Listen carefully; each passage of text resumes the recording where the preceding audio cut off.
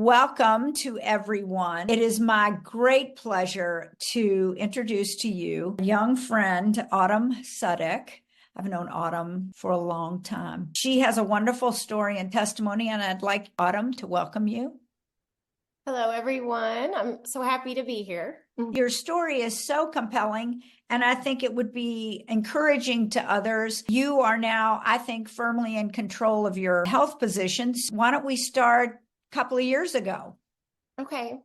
So I'm 44. I'm married to my husband of almost 16 years. I have a daughter who's 9 and a son who's 13. I've never really been overweight. 2 years ago, I guess it really all started. After my second child, my daughter, I was also hired to be a kindergarten teacher. And so even though I wasn't hugely overweight, I noticed that once I started teaching and life happens with kids, I was putting on probably 2 or 3 pounds a year. And then in 2002, it was kind of when I was kind of at my heaviest. And Eunice, actually, it was this time that she kind of saw me too. And we kind of talked about my health. I wasn't doing great. I was tired all the time. I, didn't feel well. I wasn't sleeping. I was stressed out. My hormones were everywhere. After talking with her a little bit, she kind of knew that too. And she said, "Hey, why don't you come over and hear about what I'm doing?" She looked fantastic.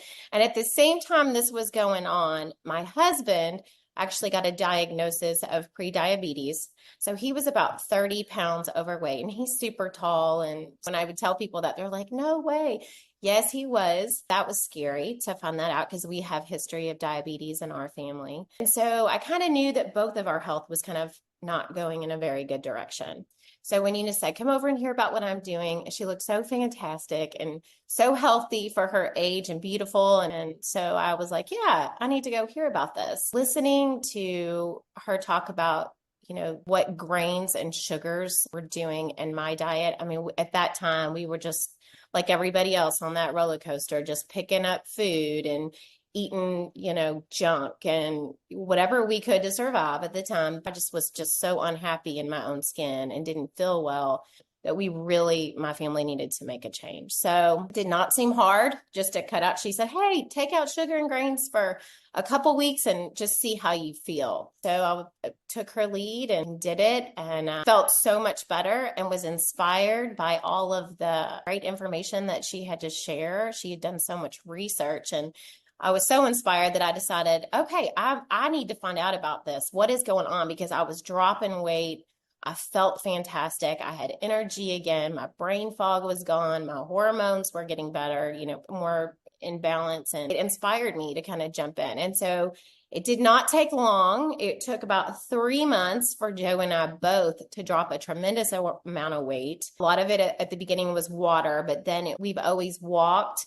And I strength trained a little bit, not much. I mean, I do 20 minutes 2 times a week of strength training, and I walk, but it didn't take us very long. It was about 3 months, and I lost 20 pounds and he lost 40. So just doing that simple thing of a little bit of exercise and cutting out the grains and sugar, it changed our health. And now Joe does not have pre-diabetes anymore. We've learned how to balance our blood sugars, and it's been a wonderful ride. And I'm so thankful that you shared all the information with me. And I love sharing it with others. Really quickly, you taught me something though, too, about, as a postmenopausal woman, I wasn't really paying attention to the differences because you were able to give your body a rest for longer periods of time between meals.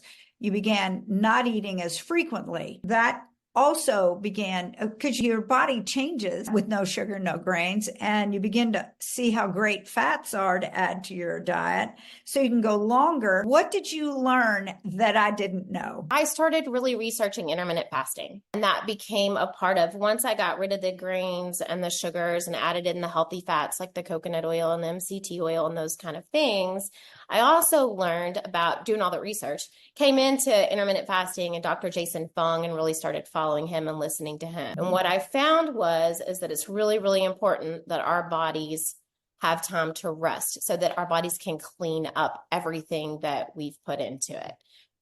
With everything that we're exposed to and we eat, there's no way to get rid of all of it. So taking the time, giving our bodies breaks gives us the opportunity to clean that up. So never snacked between meals. You did say that. Try doing 3 meals a day. So I did. But then as I did the research, I found out that I could fast even a little bit longer and it would give me more benefits. So I started with 16-8. So that's 16 hours without eating, 16 to 18 hours. And then after that, I also found out that a 24-hour fast once a week is really good for you as well. It's kind of like the ultimate. And, everybody can read more about that with Jason Fung because he's the king of that. It helps to balance hormones as well. So that's kind of what I've done. I live on that 16-8 schedule most days of the week. There's probably one day that I don't fast. And then I always do one 24-hour. It's usually from Sunday to Monday, just because the weekend, we're out enjoying ourselves and things like that. So that has also helped my energy tremendously. But 2 weeks out of the month or 10 days, you don't fast.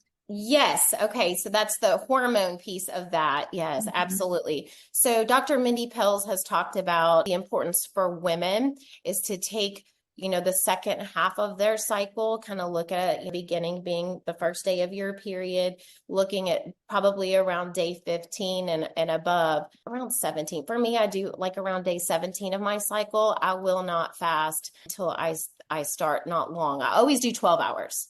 So always 12. I think that's really, really important. And the research shows that's really what's best for all of us.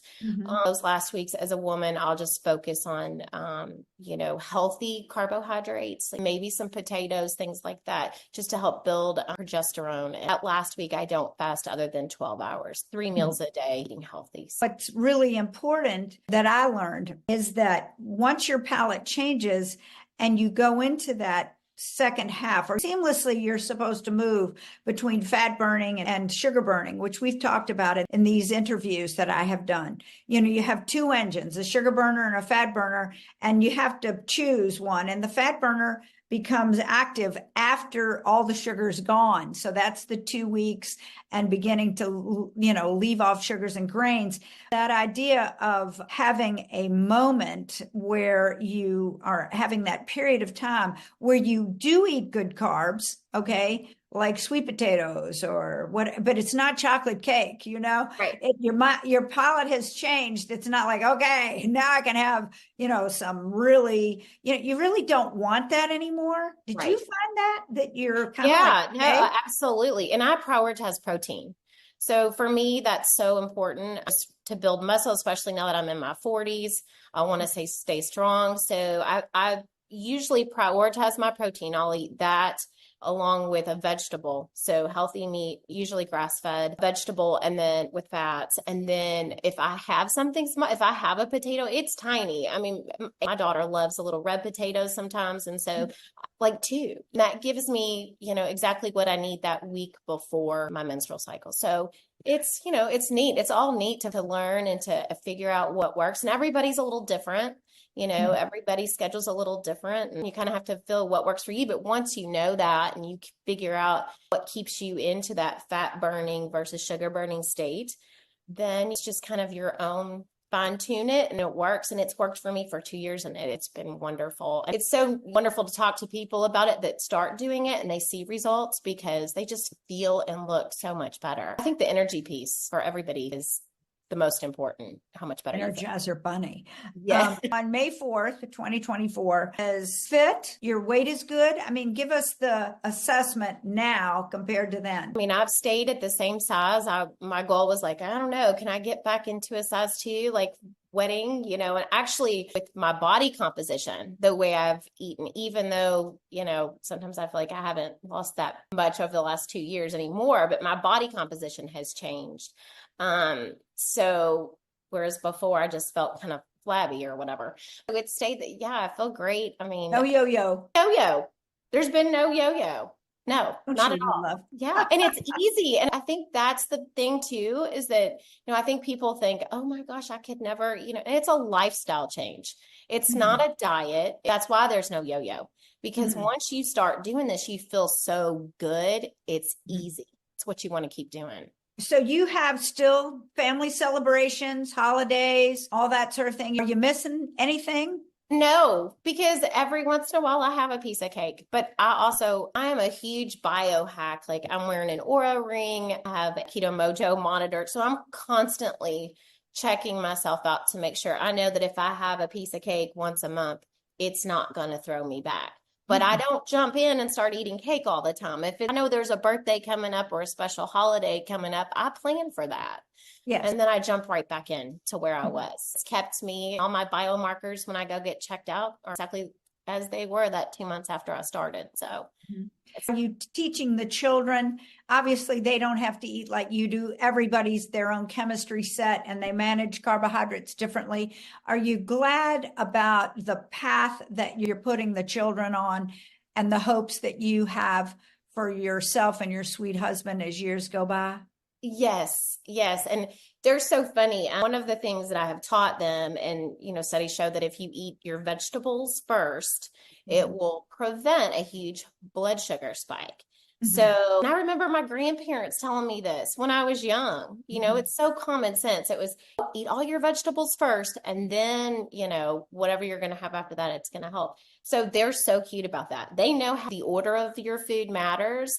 And so I've taught them that, and that's been the coolest thing that they've picked up. So they're still kids, but they'll know if I've got vegetables on my plate, I'm going to eat that first. That's kind of been the coolest thing they've picked up so far. Well, I so appreciate your spending a little time with us, and I am so happy for you to know this early on. Dr. Pell says the fastest way out of a chronic disease is to not eat as frequently and to get that healing action, restorative action that is naturally in your body, igniting that to begin to take care of you from your gut health, your metabolic health, all of it goes into play. It's designed to live and be vital, your body. So it's very exciting. And I thank you for spending this time and for listening and for doing it. And you're such a wealth of information now with your ring and your keto. Yeah. I love that stuff. It's a lot of fun. It's a lot of fun. It is. Hey, you're your own chemistry set. You might as well learn how it works. Yeah. Thank you, Autumn. I appreciate you so much. Thank you. I love you, Eunice. Bye, dear.